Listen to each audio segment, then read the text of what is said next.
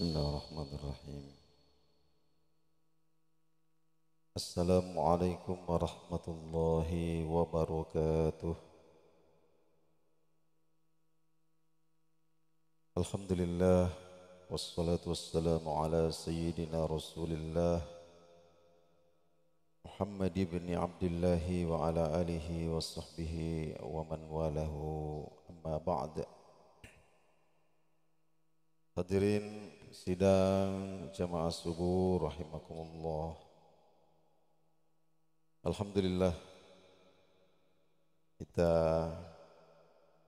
akan lanjutkan kembali kajian kita kitab Qawaid Qur'aniyah. Sampailah kita pada subuh hari ini pada Al-Qaidatus Sadisatuh, kaidah yang keenam.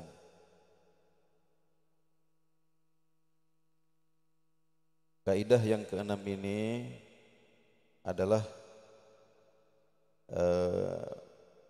petikan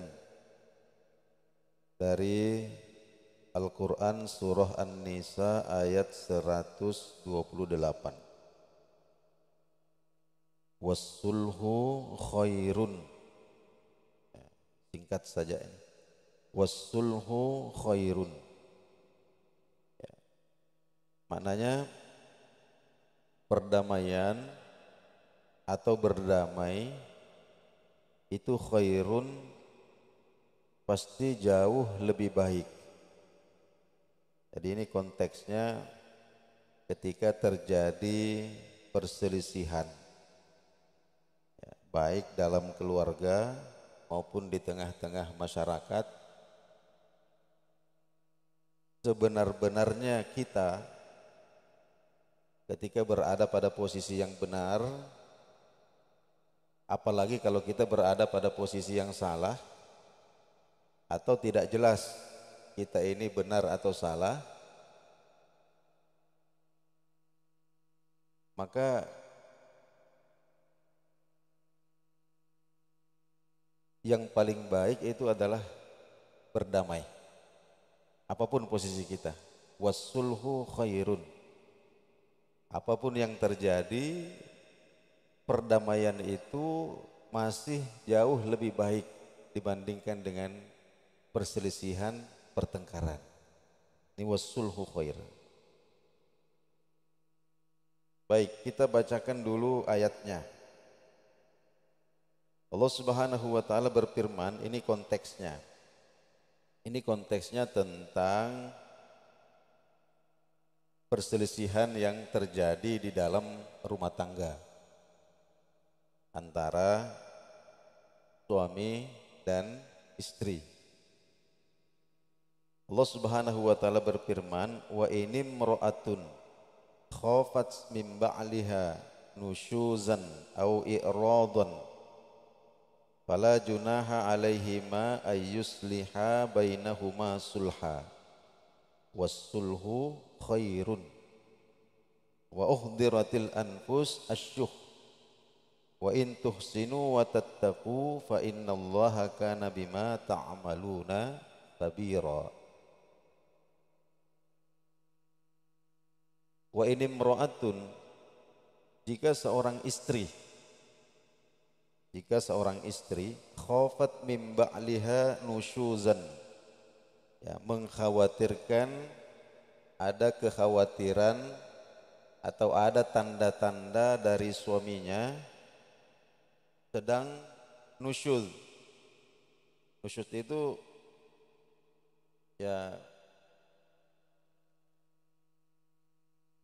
mulai acuh tidak acuh,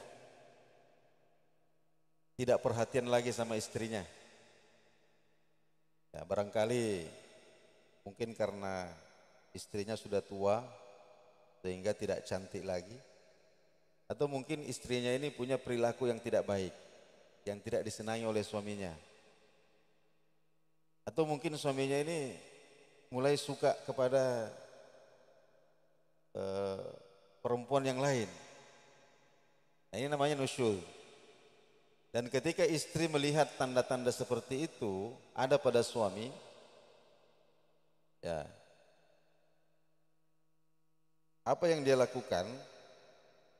Biasanya kalau seperti itu pasti istri akan minta cerai. Pasti istri akan minta cerai. Tapi Allah Subhanahu wa taala memberikan nasihat bahwa jika kalian wahai para istri melihat hal-hal seperti itu terjadi pada suami kalian, ada tanda-tanda arogan, mulai menang sendiri, au i'radon, atau acuh tidak acuh,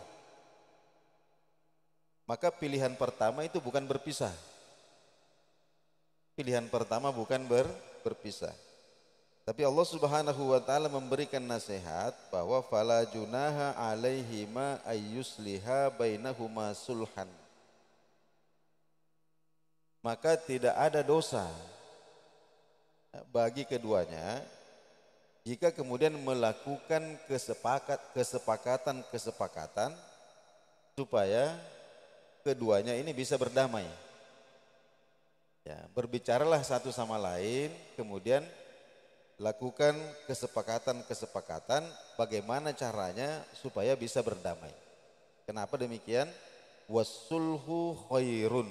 Nah ini, karena berdamai itu pasti jauh lebih baik dibandingkan dengan bercerai. Apapun yang terjadi. Nah, kemudian Allah Subhanahu wa taala juga mengingatkan bahwa apa yang sering menyebabkan manusia itu sulit berdamai, wa uhdiratil anfusu asyuhha. Ya, walaupun karakter dasar manusia itu adalah egois, ingin menang sendiri. Nah, ini karakter dasar manusia itu apa? Asyuhha. Asyuhha itu egois, ananiyah, ingin menang sendiri. Apalagi jika merasa benar. Atau apalagi jika dia merasa saya adalah suami, atau saya adalah ayah, dia merasa bahwa dia ini seorang tokoh, seorang pemimpin. Nah biasanya hal seperti itu sering menghalangi ketika ingin berdamai. Kenapa? Karena itu tadi perasaan asyuhha itu, egois dan ingin menang sendiri. Nah, kemudian di ujung ayat ini Allah Subhanahu wa taala memberikan nasihat kepada para suami. Ya. Wa in tuhsinu wa tattaqu, ya. Wa in tuhsinu, dan jika kalian wahai para suami ya mempergauli istri kalian dengan baik, wa tattaqu, dan memelihara diri dari sikap acuh tidak acuh, sikap tidak peduli kepada istri, fa innallaha kana bima ta'maluna khabira. Maka sesungguhnya Allah itu maha meneliti tentang apa-apa yang kalian lakukan. Nah kira-kira ini konteksnya seperti itu. Jadi guru kita dalam kitab ini mengatakan wa qauluhu ta'ala was-sulhu khairun lafdzun ammun mutlakun. Firman Allah Subhanahu wa taala was-sulhu khairun, bahwa berdamai itu pasti lebih baik dibandingkan berselisih. Ini adalah ketentuan yang sifatnya umum. Jadi tidak hanya dibatasi di dalam kasus yang terjadi antara seorang suami dengan istri, tapi berlaku umum ya, untuk semua bentuk-bentuk perselisihan. Ya. Saya memberikan contoh seperti ini.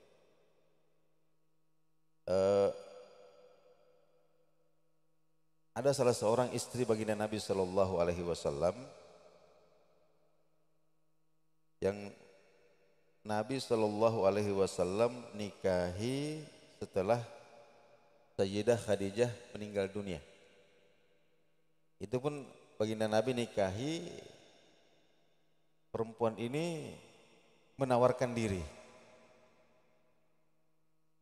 Akhirnya baginda Nabi Shallallahu Alaihi Wasallam nikahi. Namanya itu Saudah bin Zam'ah.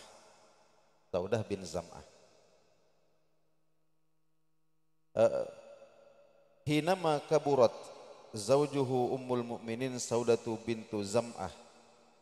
Ya, ketika kemudian Sayyidah Saudah binti Zam'ah ini ya, merasa bahwa usianya sudah tidak muda lagi, bahkan sudah tergolong tua. Kemudian wawaqa'a fi nafsihi, lalu kemudian muncullah kekhawatiran di dalam hatinya, ayyufariqaha, ya, jangan-jangan baginda Nabi Shallallahu Alaihi Wasallam akan menceraikannya, ya, karena dia sudah merasa sudah tua. Kemudian baginda Nabi Shallallahu Alaihi Wasallam punya beberapa istri yang masih muda, sehingga ada kekhawatiran dalam dirinya, ya, jangan-jangan nanti saya akan dilepaskan oleh Nabi Shallallahu Alaihi Wasallam. Nah, karena kekhawatiran itulah kemudian beliau melakukan suluh, berdamai dengan Nabi Shallallahu Alaihi Wasallam. Bagaimana caranya? Fasolahathu ala ayyumsikaha wa tatruka yaumaha li Aisyah. Jadi dia mengatakan kepada Nabi, ya Rasulullah, saya menyerahkan giliranku kepada Aisyah. Ya. Jadi saya ini tidak usah diberikan giliran. Yang penting status saya masih istri, jangan dilepaskan. Nanti giliran saya berikan kepada Aisyah. Akhirnya kemudian Nabi Shallallahu Alaihi Wasallam menerima itu. Akhirnya Saudah bin Zam'ah ini tidak dilepaskan. Ya, tetap statusnya sebagai istri Nabi Shallallahu Alaihi Wasallam, meskipun untuk berdamai seperti itu kemudian dia mengorbankan malam gilirannya, diberikan kepada Sayyidah Aisyah. Nah, jadi cara melakukan suluh itu ini seperti yang dilakukan oleh Sayyidah Saudah bin Zam'ah ini, bahwa tidak seluruh apa yang menjadi hak kita itu harus kita dapatkan. Ya, jadi ketika ada dua orang yang berselisih, kemudian masing-masing ini ngotot, ya, bersikeras untuk mendapatkan apa yang menjadi haknya secara maksimal, maka pasti perdamaian tidak akan bisa terjadi. Ya, perdamaian ini akan bisa terjadi ketika masing-masing pihak ini kemudian bisa melakukan kompromi-kompromi, ya, pada hal-hal yang sifatnya tidak prinsip. Ya, saya berikan contoh kecil, umpama kita masuk di jalan pakai mobil di jalan sempit satu arah. Jalan sempit satu arah. Nah, kita ini sudah di arah yang benar. Nah, begitu kita masuk di jalan ini, tiba-tiba dari depan ada mobil yang menyelonong juga. Tidak bisa berpapasan mobil. Sudah sama-sama masuk. Ya, memang secara hukum kita yang benar. Wah, ini jalur saya ini. Anda ini melanggar, melawan arah. Tapi ketika terjadi keadaan seperti itu, kebenaran itu kalau kita ngotot, apa kira-kira yang terjadi? Kita ngotot maju, yang salah ini juga tidak mau mundur. Jadi tidak selamanya kebenaran itu juga, ya, menyelamatkan. Ya, kadang kita meskipun berada pada posisi yang benar, tapi kita harus mengutamakan selamat dulu. Bagaimana selamat? Ya, caranya itu tadi, wassulhu. Jadi kita bisa turun dari mobil, kemudian mengatakan kepada orang tersebut, bagaimana? Anda mau mundur atau tidak? Kalau dia ngotot tidak mau mundur, saya tidak mau mundur. Kalau Anda tidak mau mundur, biar saya yang mundur. Ini namanya wassulhu khair. Ya. Daripada masing-masing ngotot maju, maka yang terjadi apa? rusak semuanya. Ya. Jadi kadang-kadang keselamatan itu lebih diutamakan daripada kebenaran. Kadang-kadang. Jadi kita lihat-lihatlah situasinya. Jadi wasulhu khairun. Nah, kemudian hadirin yang dimuliakan oleh Allah Subhanahu wa taala. Jadi wa yu'khazu min umumi hadzal lafzi wal makna, disimpulkan dari ayat di atas anna sulha bainaman bainahuma haqqun aw munaza'atun fi jami'il asya'i annahu khairun, bahwa perdamaian antara dua pihak yang saling menuntut haknya masing-masing, ya, itu jauh lebih baik min istiqsa'i kulli minhuma ala kulli haqqihi, ya, dibandingkan menuntut haknya sampai maksimal. Oke lah, kita punya hak gitu. Tapi di satu sisi, ya, kita berselisih dengan orang.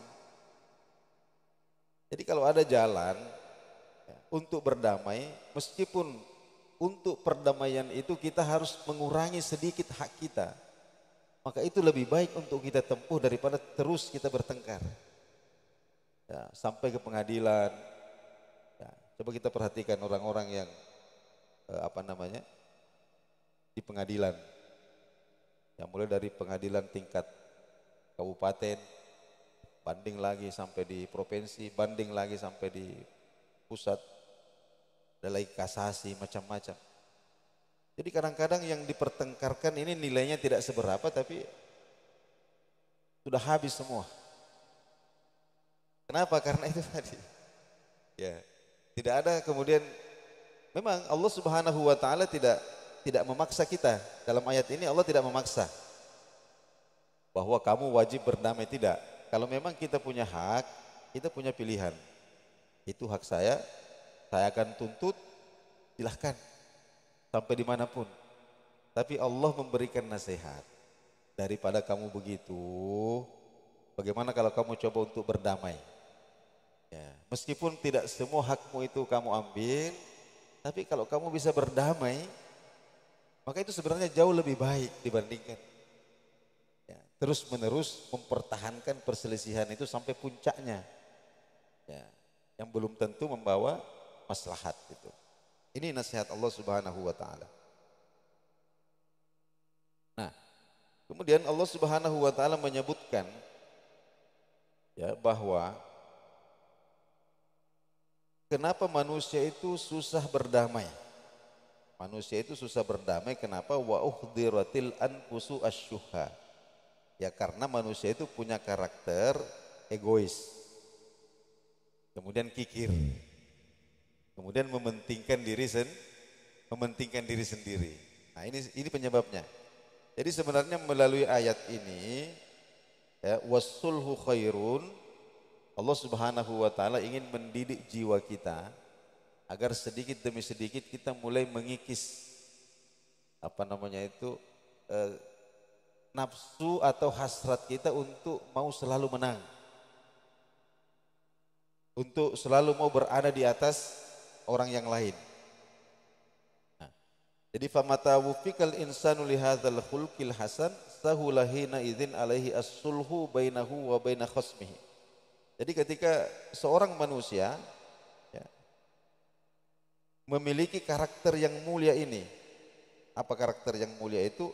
Yaitu as-simahah, ya, bazlul haqqil ladzi alaika. Jadi punya jiwa yang besar.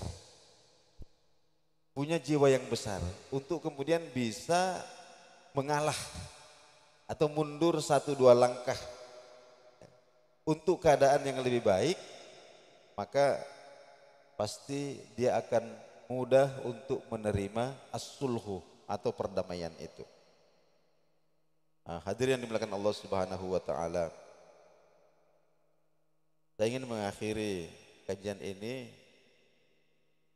bahwa contoh kita dalam masalah ini adalah baginda Nabi Shallallahu Alaihi Wasallam dan para sahabatnya. Ada peristiwa dalam sirah Nabi itu namanya Suluh Hudaybiyah, perjanjian Hudaybiyah. Pada tahun ke-6 Hijrah, baginda Nabi Shallallahu Alaihi Wasallam bersama dengan 1.400 sahabat, laki-laki semua, bersenjata, meninggalkan Madinah menuju ke Mekah, berjalan kaki.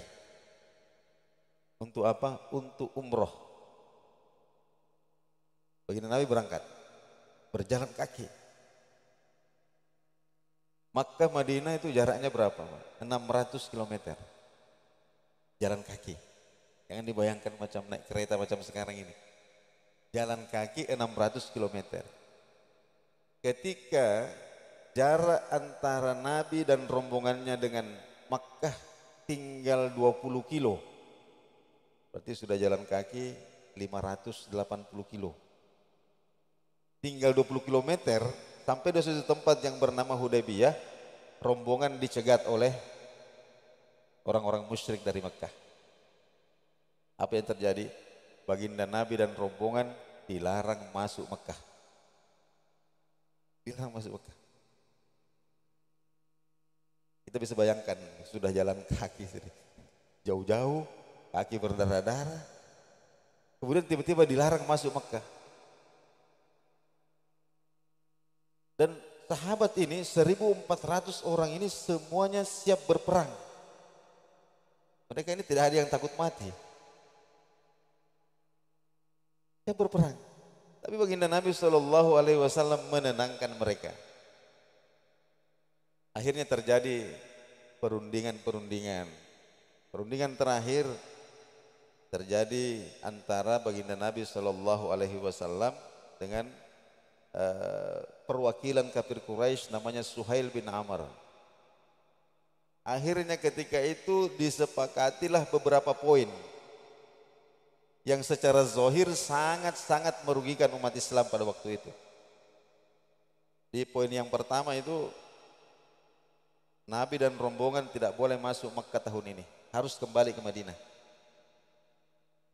Kemudian yang kedua, orang Makkah yang masuk Islam dan mau hijrah ke Madinah itu tidak boleh diterima di Madinah. Jadi orang Makkah masuk Islam terus mau bergabung dengan Nabi di Madinah, maka tidak boleh diterima. Nabi setuju itu. Kemudian orang yang murtad dari Islam kemudian mau bergabung dengan orang-orang musyrik di Makkah, maka orang Makkah boleh terima. Ini secara betul-betul merugikan. Tapi Nabi Shallallahu Alaihi Wasallam terima itu, meskipun sebahagian besar sahabatnya itu tidak bisa terima. Anda bayangkan ketaatan sahabat kepada Nabi. Bahkan Sayyidina Ali, karena beliau yang menulis perjanjian itu, ketika kemudian Nabi mengatakan, wahai Ali, tulislah ini perjanjian antara Muhammad Rasulullah dengan Suhail bin Amr. Maka Suhail bin Amr mengatakan, wahai Muhammad, saya tidak menerima kalau kata Rasulullah dicantumkan di situ. Karena seandainya saya mengakui engkau Rasulullah, pasti saya masuk Islam. Maka kemudian Nabi mengatakan, engkau benar wahai Suhail. Wahai Ali, hapus kata Rasulullah. Ini Nabi perintahkan kepada Sayyidina Ali, Ali hapus kata Rasulullah. Sayyidina Ali tidak mau. Tidak mau, Pak. Saking emosinya waktu itu. Bayangkan ini sahabat ini, sampai Sayyidina Ali tidak mau mengikuti perintah Nabi untuk menghapus kata Rasulullah. Bukan karena benci kepada Nabi, tapi justru karena. Akhirnya apa yang terjadi? Nabi mengatakan, ringan saja Nabi mengatakan, kalau kamu tidak mau hapus, saya hapus sendiri. Ini Nabi hapus kata-kata Rasulullah itu. Kemudian Nabi mengatakan, ayo kita pulang. Ini berat ini Pak. Sayyidina Umar, itu diceritakan di sini. Sayyidina Umar itu sampai bolak-balik gelisah. Gelisah ya. Mau membangkang ini Nabi yang suruh pulang. Tapi kok rasanya kok kita ini dizolimi sekali gitu. Sampai kemudian dia mengatakan kepada Abu Bakar, "Ya Abu Bakar, apakah engkau yakin bahwa beliau itu Rasulullah?" Abu Bakar mengatakan, "Iya, saya yakin beliau Rasulullah." "Apakah engkau yakin bahwa kita ini di pihak yang benar?" "Iya, kita benar." "Mereka salah." "Ya, mereka salah." "Kita ini muslim." "Kita ini muslim." "Mereka musyrik." "Mereka musyrik." "Lalu kenapa kita menerima dipermalukan seperti ini?" katanya. "Kenapa kita menerima dipermalukan seperti ini?" Maka kemudian Abu Bakar memberikan nasihat kepada Umar, "Wahai Umar, yakinlah kepada Rasulullah Sallallahu Alaihi Wasallam karena beliau itu tidak pernah berbicara berdasarkan hawa nafsunya." Tapi Sayyidina Umar belum bisa tenang, Pak. Akhirnya kemudian dia memberanikan diri menghadap kepada Nabi Sallallahu Alaihi Wasallam. "Ya Rasulullah, bukankah Anda ini utusan Allah?" Nabi mengatakan, "Iya, saya ini utusan Allah." "Bukankah kita ini di pihak yang benar?" "Ya, kita di pihak yang benar." "Mereka salah." "Ya, mereka salah." "Ya Rasul, lalu kenapa kemudian kita menerima penghinaan seperti ini? Kita bisa melawan, kita siap berperang, kita bisa mau mati sekarang, sudahlah, tidak apa-apa, yang penting harga diri kita ini tidak tercoreng seperti ini." Maka Nabi mengatakan, "Wahai Umar, saya ini adalah hamba Allah dan Rasulnya. Saya tidak mungkin membangkang perintah Allah dan saya yakin Allah tidak akan menyanyiakan saya." Akhirnya kemudian rombongan ini pulang. Rombongan ini pulang. Dan 2 tahun kemudian ya, orang musyrik Makkah melanggar perjanjian. Maka kemudian karena mereka melanggar perjanjian, maka pada tahun ke-8 Hijrah baginda Nabi Shallallahu Alaihi Wasallam mengirim pasukan untuk kemudian menaklukkan kota Mekah. Berkah daripada perdamaian yang Nabi Shallallahu Alaihi Wasallam lakukan ketika di Hudaybiyah ini. Jadi, kelihatannya Nabi ketika itu kalah. Jadi Nabi memberikan sebagian haknya untuk apa? Untuk yang lebih. Jadi wasulhu khairun. Ya. Hadirin yang dimuliakan Allah Subhanahu wa taala. Dan tutup dengan sebuah hadis Nabi sallallahu alaihi wasallam, "Laisa syadidu bisur'ah." Ya. Orang jago, orang hebat, orang kuat bukanlah orang yang sering menang kalau berkelahi. Sabda Nabi sallallahu alaihi wasallam. Innamasyadidu alladzi yamliku nafsahu indal ghadab. Tapi seseorang itu dikatakan pemberani, pahlawan kapan? Ketika dia mampu mengendalikan hawa nafsunya ketika marah. Orang yang mampu untuk mengendalikan hawa nafsunya ketika marah. Inilah kajian kita pada subuh hari ini. Kita ingat baik-baik nasihat Allah Subhanahu wa taala bahwa dalam perselisihan seperti apapun, ingat, usahakan untuk berdamai meskipun kita harus mengorbankan sebagian apa yang menjadi hak kita. Kenapa? Karena perdamaian itu jauh lebih baik. Hadanallahu wa iyyakum ajmain. Wassalamualaikum warahmatullahi wabarakatuh.